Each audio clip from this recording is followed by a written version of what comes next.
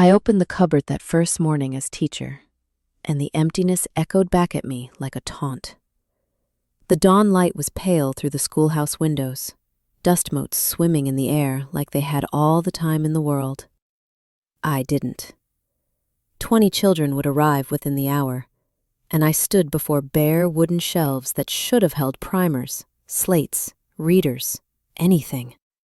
But the previous teacher had fled with what little she'd brought, and the town had scraped together enough to hire me, but not enough to fill these empty spaces. My daughter, Lily, stood in the corner, watching me with eyes too old for 12. She knew what this silence meant. We'd come to Oregon Territory because widowhood leaves you few choices, and teaching was respectable work for a woman alone. I'd promised the hiring committee I could manage. Standing before that hollow cupboard, I felt like the worst kind of liar. "Mama?" Lily's voice was small. "It's fine," I said, though my throat wanted to close. "We have chalk. We have the board. We have ourselves." What kind of teacher has no books? The question sat heavy in my chest. I inventoried what I had. 16 pieces of chalk in a tin, 1 board that needed washing, my memory of the education I'd received back east, before everything changed. Before my husband Thomas decided a logging camp needed him more than caution did. Before the tree that should have been roped properly crushed him and left us with nothing but a wagon west and desperation dressed up as opportunity. The children began arriving as the sun climbed higher, farm children mostly, smelling of wood smoke and morning chores, their hands already rough from work. Some of them had never held a book. I could see it in how they looked around the room, hopeful and hungry and trusting me to fill them up with something they couldn't name but knew they needed. I taught them spelling that first day, wrote words on the chalkboard in my clearest hand, and had them copy onto slates borrowed from families who had them. The scratch of slate pencils filled the room. They were so attentive it hurt. Every face turned toward me like I held answers instead of just chalk dust and borrowed confidence. Then a small girl in the second row, Sarah Brennan, raised her hand. "Teacher, when do we get books?" The question hung in the air, 20 pairs of eyes on me, waiting. "Soon," I heard myself say, and hated the taste of the lie. After dismissal, when the last child had run off toward home and chores, Lily's hand slipped into mine. She didn't ask if I was all right. She was too wise for that. We stood together in the cooling schoolhouse, and I felt the weight of what I'd promised these families. These children who deserved better than a widow playing at competence with nothing but memory and hope. The hollow sound of that empty cupboard followed me home. 2 weeks of teaching from memory left me wrung out each evening like wash on a line. I rehearsed lessons as I walked home from the schoolhouse, my mind cataloging everything I could recall from my own childhood education. Multiplication tables, the spelling of accommodate and necessary, the year the Constitution was signed. Facts pulled from the wells of memory like water from drought-dry ground, and I feared I'd hit bottom soon. The evening was cooling into autumn when I heard it. A rhythmic sound like a heartbeat, mechanical and steady. The printing press. I'd passed William Keene's shop before but never stopped. Now something pulled me to the window, like hunger draws you toward bread. Through the glass, I saw him. A man perhaps 40, ink staining his hands in shirt sleeves, setting type with the kind of careful attention I brought to lesson planning. But where my tools were chalk and memory, his were metal and paper and words made permanent. The shop was cluttered but warm. Newspapers stacked on every surface, books lining makeshift shelves, the press itself gleaming like an altar to communication. My envy was physical. It hit me in the chest. Not envy of him, but of resources, of having what you needed to do your work properly. He looked up and caught me staring. I should have walked on. Instead, I stood frozen as he crossed to the door and opened it. Up close, he had the kind eyes of someone who'd seen trouble and decided against bitterness. "You're the new teacher," he said, not a question. Eleanor Hayes. My spine straightened like it did when I felt defensive. "And you're the printer." "William Keene," He wiped ink-stained hands on his apron, didn't offer to shake. Children learning anything? What I can remember to teach them. The admission cost me, but something about his directness made deflection seem pointless. He nodded, studied my face like he was reading something printed there. Memory is a fine primer, but children need words they can hold. The truth of it stung. I mumbled something about needing to get home and turned away before he could see how his words had landed. But they followed me down the dusty street like the sound of that press had. Rhythmic, purposeful. Everything I was trying to be, but couldn't sustain alone.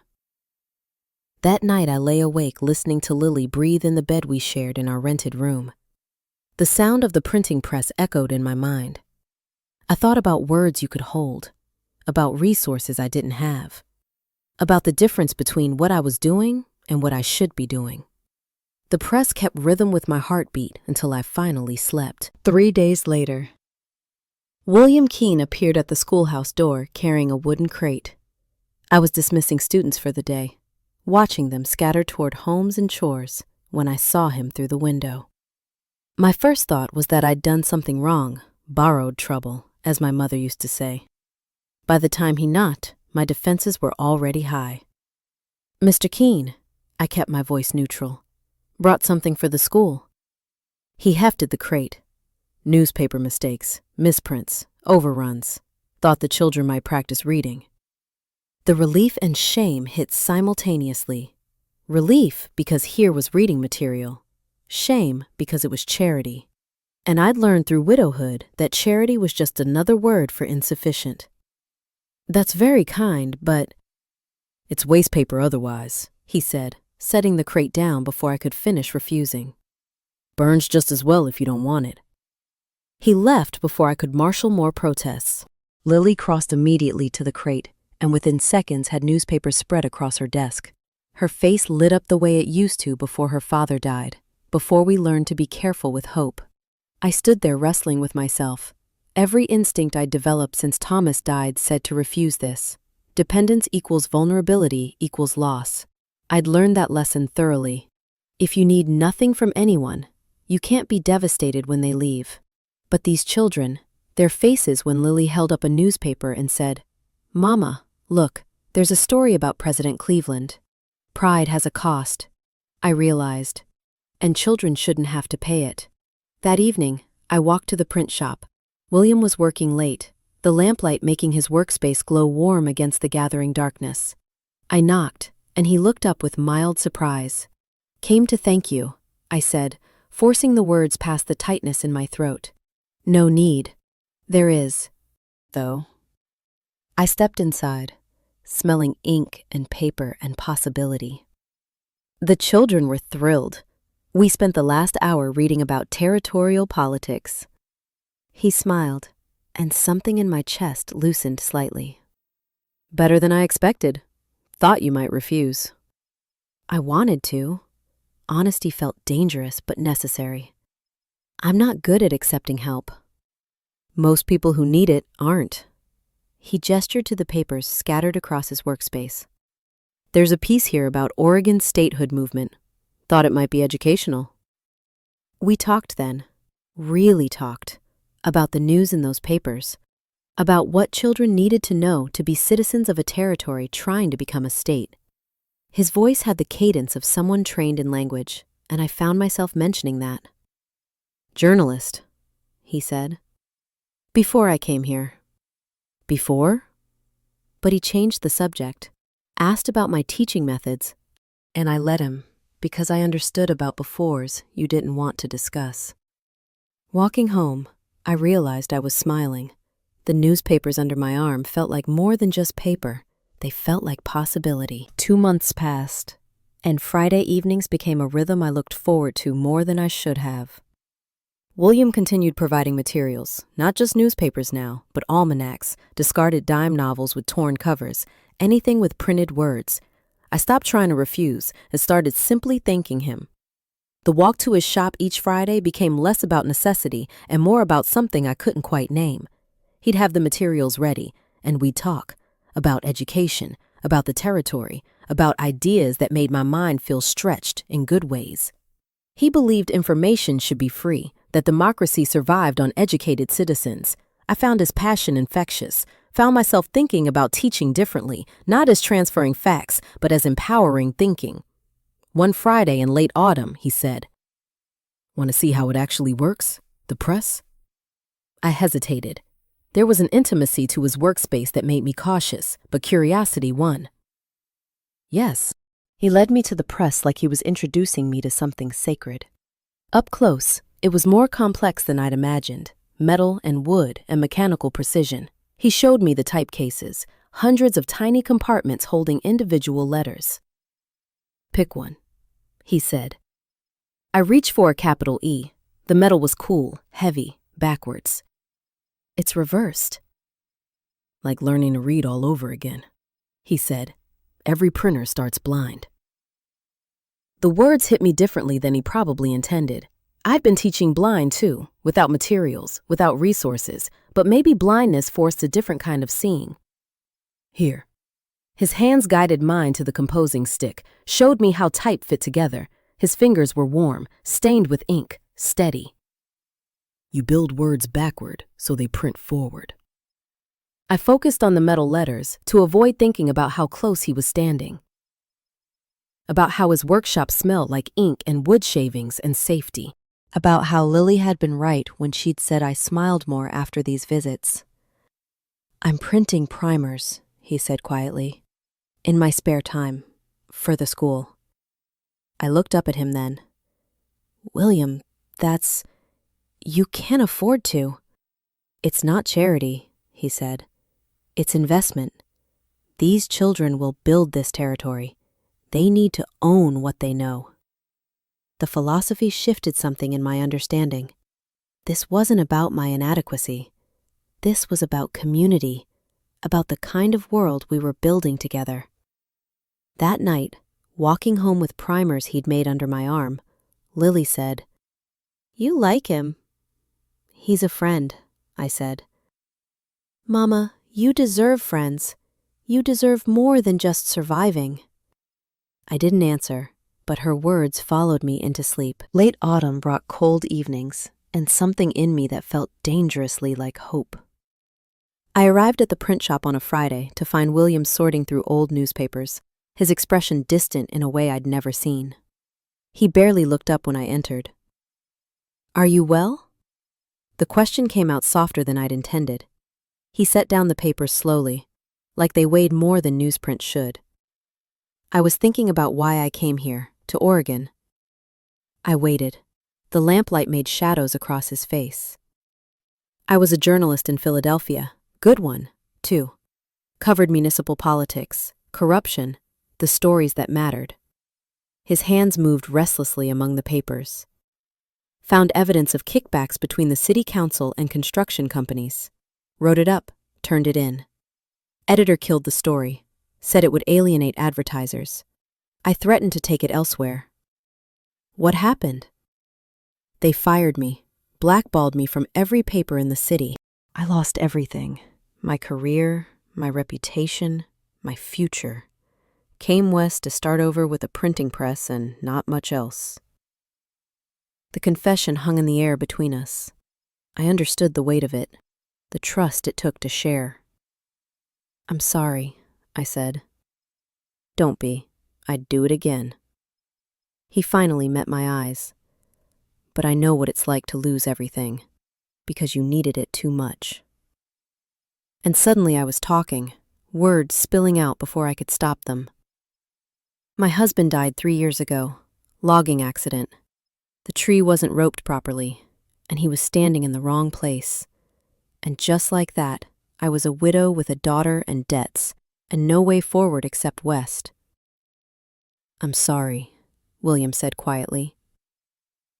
I was furious at him. The truth tasted bitter. For dying, for leaving us with nothing, for making choices that put logging profits ahead of safety. I loved him, and I was so angry I couldn't breathe. And widows aren't supposed to admit that. William crossed the space between us, his hand settling on my shoulder. Not romantic, just steadying. You're allowed to be angry at loss. It doesn't make you love him less. Tears I'd been holding for 3 years threatened, and I blinked them back hard. I learned to need nothing from anyone. It felt safer. But teaching requires community, he said. You chose the one profession that demands connection. The observation struck me silent. He was right. I'd tried to make isolation work in a job that was fundamentally collaborative, and I was exhausted from the contradiction. Why do you do this? I asked.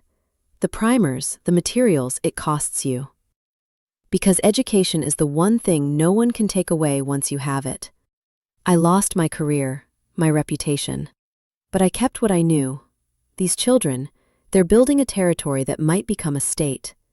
They need to own their knowledge, their literacy. It's how we keep power from concentrating in the hands of the corrupt. I absorbed his words, felt them reframing my shame. Accepting help wasn't weakness. It was participation in something larger than my pride. Could you teach me? The words came out before I decided to speak them. To use the press? His surprise was evident, then pleasure. I'd be honored. Walking home through the cold autumn night, I felt lighter and more terrified than I had in years. I'd asked for help, not accepted what was offered, but actively sought teaching for myself. The difference felt enormous. Lily noticed immediately. What happened? I smiled at my too wise daughter. I'm going to learn something new. I'm going to stop being afraid. Summer arrived with heat that baked the ground hard and sucked moisture from everything living. By July, the town well was running low. Families rationed water for drinking, cooking, survival. Education became a luxury we couldn't afford. One by one, parents pulled children from school. They needed help hauling water from the creek 2 miles distant, help keeping gardens alive, help with the desperate arithmetic of drought. Attendance dropped from 20 to 8. I taught the remaining students with an intensity born of panic, as if dedication could compensate for irrelevance. But I watched their parents' faces when they came to collect them, the apologetic looks that said, education matters, but survival matters more. William found me in the schoolhouse one afternoon, staring at the empty desks. Teach them practical skills, he said. Water tables, well depths, irrigation calculations. Make education immediately useful. I turned on him with frustration sharpened by fear. I'm not teaching them just to survive. I'm teaching them to think, to dream, to become more than their circumstances. They can't dream if they're dead, he said, voice sharper than I'd heard it. If I reduce education to mere utility, I'm trapping them here. They'll never imagine beyond drought and scarcity and survival. My hands were shaking. That's not teaching. That's taming. Eleanor, no! I gathered my materials with jerky movements. You don't understand. You see this as practical problem solving. I see it as giving up on everything education should be. I left before he could respond, walked home. Through heat that shimmered off the ground like disappointment made visible. That evening, Lily found me sitting at our small table, head in my hands. He was trying to help, she said quietly. He was trying to make me small. The words came out bitter. Reduce my vision to water calculations. Mama. Lily sat across from me, her young face serious. Teaching them to solve real problems is thinking. You're afraid that making it practical means you're small. But you're not. The teaching is what matters, not whether it's poetry or irrigation. Her wisdom silenced me. The next morning, Mrs. Brennan came to the schoolhouse before lessons. Eleanor, I need to pull Sarah. We need her at home for water hauling. I wanted to argue, to convince her that education mattered more than one more pair of hands carrying buckets. But survival isn't theoretical. It's immediate, pressing, undeniable. I understand, I said, and watched another desk empty. By afternoon, I sat alone in the schoolhouse, 8 desks instead of 20. The cupboard I'd filled with books and newspapers mocked me. Resources didn't matter if no one came to learn. I'd thought my worth as a teacher depended on books, then on students.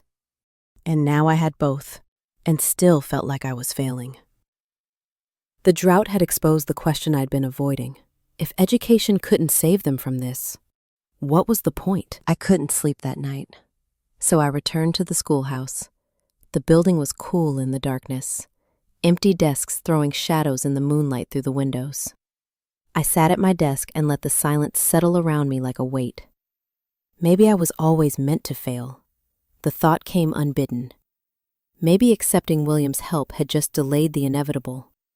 I'd believed if I worked hard enough, cared enough, taught well enough, it would matter. But drought doesn't care about dedication. Survival trumps education, and I had nothing to offer these families that mattered more than water. My mind drifted to Thomas, to the day they brought news of his death. I remember thinking, this is what happens when you need someone. They leave, and you're left with nothing but the hole they made in your life. So I'd decided to need nothing, no one. Self-sufficiency as armor against loss. But teaching requires community. It's inherently collaborative. I'd chosen the worst possible profession for someone committed to isolation. The realization broke something in me. I'd been trying to do this alone, not because it was better, but because alone felt safer. And now I was sitting in an empty schoolhouse at midnight, crying for the first time since Thomas died, weeping for him, for my pride, for the children I couldn't reach, for the loneliness of competence without connection. I didn't hear Lily enter, didn't know she was there until her hand touched my shoulder. Mama. I tried to compose myself, but she'd seen me break. I'm sorry. I shouldn't. You taught me that being strong means knowing when to rest. She sat beside me, small and wise. Maybe it also means knowing when to reach. If I need help, it means I'm not enough. The words came out raw. Or, it means you're human. Her hand found mine in the darkness. You taught me that. Why can't you teach it to yourself? I had no answer. But sitting there with my daughter, I felt something shift, not resolution, but the beginning of a question. Can I be valuable and interdependent? Can needing others be strength instead of weakness? Dawn began filtering through the windows, pale and new. I stood, smoothed my skirt, wiped my face. I didn't have the answer yet, but I knew what I needed to do. I needed to reach. I arrived at William's shop as dawn broke across the territory. He was already working, the lamplight making his workspace glow against the fading night.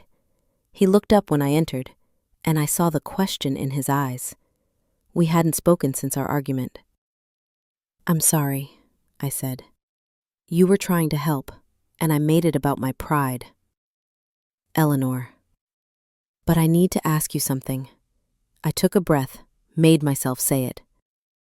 Teach me the press, not so you can print for the school, but so I can print with you. His expression shifted from surprise to understanding. You want to learn. I want to become a collaborator, not just a recipient. I want to add skills, to be a partner in this. The admission felt terrifying and necessary. I want to stop being afraid of needing people. He set down the type he'd been holding, crossed to where I stood. I'd be honored to teach you. The learning was harder than I'd expected. My hands, trained for chalk dust and slate pencils, fumbled with the metal type. The composing stick felt awkward, the backward alphabet confusing. I set my first line wrong. The letters jumbled and reversed. I laughed, actually laughed at my mistake instead of feeling diminished by it. This is impossible. You're doing fine. William's steady presence beside me felt less like instruction and more like partnership. Every printer starts here. I have an idea, I said suddenly. What if we print a community newspaper? 1 page, educational content mixed with practical information. Water conservation tips alongside spelling lessons. Make education serve survival instead of competing with it. William's smile was genuine. That's brilliant. We worked through the morning, designing the layout, writing the content. Then William suggested we teach the students to set the type themselves. Let them create the reading material instead of just consuming it. That afternoon, 8 students gathered around the printing press with expressions of wonder. I showed them how to select type, how to build words backward. Their hands were more nimble than mine, and within an hour they'd set the first headline, Water, Wisdom, and Words. Parents began arriving to collect their children and stayed to watch. Mrs. Brennan stood in the doorway, watching Sarah carefully place the letter W in the composing stick. "She's learning?" Mrs. Brennan asked me quietly. "She's creating," I said. "They all are." The first page rolled off the press, still wet with ink, and the students gathered around it with pride. They'd made this, not just read it, but built it letter by letter. One of the boys read aloud. "Conserve water by covering wells during daylight. Evaporation is our enemy. Practical, educational, theirs." William's hand covered mine on the press lever, and I felt his words before he spoke them. "We make a good team." I looked at him, really looked, at this man who'd given me materials and then teaching and then partnership. "We do." The moment stretched between us, awareness that this collaboration had become something more. Not rescue, not charity, but choosing to build together. Thunder rumbled suddenly, surprising us all. We rushed to the door to see storm clouds gathering, rare, precious, miraculous. Rain began to fall, and everyone ran outside, faces turned to the sky. I stood with Lily on one side and William on the other, all our hands stained with ink, feeling the drought break across my upturned face. This was renewal. This was what reaching looked like. Winter came to Oregon Territory with snow that made the world clean and quiet. The schoolhouse had been transformed over the past 6 months. The cupboard I'd once found empty now held a lending library, books donated by families, primers we'd printed, newspapers and almanacs and possibilities. But the real change was the door. It stood open during school hours and often after, inviting the community to education that served them. I taught morning lessons at the schoolhouse, where Lily now served as my formal assistant teacher, managing the younger students with patience that reminded me of her father. Afternoons and evenings, I taught literacy classes at William's print shop, which had become the community hub I never expected. William and I had married quietly in November, a partnership of equals who'd chosen to build together rather than survive alone. The wedding was at the print shop, students in attendance, and we'd printed our own simple announcements. We lived above the shop now, the 3 of us. Lily had her own small room, and I woke each morning to the smell of ink and coffee and purpose. I thought I understood teaching when I started. I thought it required resources, books, materials, tools. What I learned was that it requires resourcefulness. I thought strength meant needing nothing from anyone, that independence was survival. What I learned was that strength means knowing what to ask for and who to ask. Interdependence isn't weakness, it's wisdom. The cost of this understanding was my pride. I had to surrender the belief that I could do everything alone. Had to let that identity, forged in widowhood and polished by fear, crack open to let other people in. It felt like failure at first. Now it feels like freedom. The students who learned to print that first summer are spreading literacy across the territory. One family started their own small printing operation in the next town over. Sarah Brennan is training to be a teacher. The boy who read aloud that first newspaper page is considering journalism, inspired by William's stories about the power of truthful reporting. Some in town still whisper about the widow who married so quickly, but I've learned to carry others' judgments lightly. What matters is this: children are learning. The community is stronger, and I wake each morning next to a man who sees education as democracy in action. Lily is considering journalism herself now, learning the press from William while maintaining her teaching with me. Watching her set type with confident hands, I see the future we're building together. Literate, engaged, empowered. It's late evening now. The print shop quiet except for the sound of the press. I'm working alone, printing next week's lessons, when I hear footsteps on the stairs from outside. The door, always unlocked, always open, admits a family I don't recognize. Young parents with 3 children, their clothing dusty from travel. "Can I help you?" I ask, setting down my composing stick. The man removes his hat. "We heard there's a school here? Someone who helps folks learn to read?" The woman adds shyly, "Our children, they've never had schooling. We're homesteading south of here, and we heard this was a good town for learning."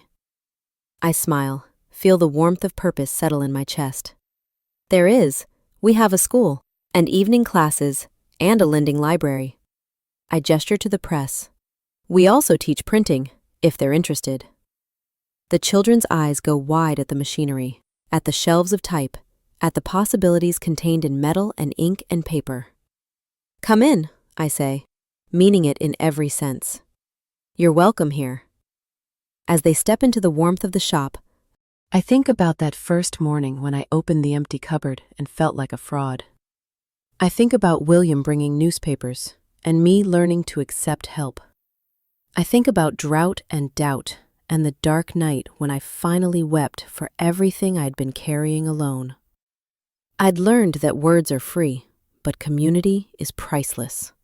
And I'd learned to keep the door open, literally and metaphorically, to possibility and partnership, and the kind of teaching that transforms both student and teacher. The press sits quiet now, waiting for tomorrow's work. Outside, snow falls soft on Oregon territory, and inside, new students wait to learn. I'm ready to teach them, not alone, never alone again, but as part of something larger than myself. This is what building looks like, not perfect, not solitary, but real, and good, and enough.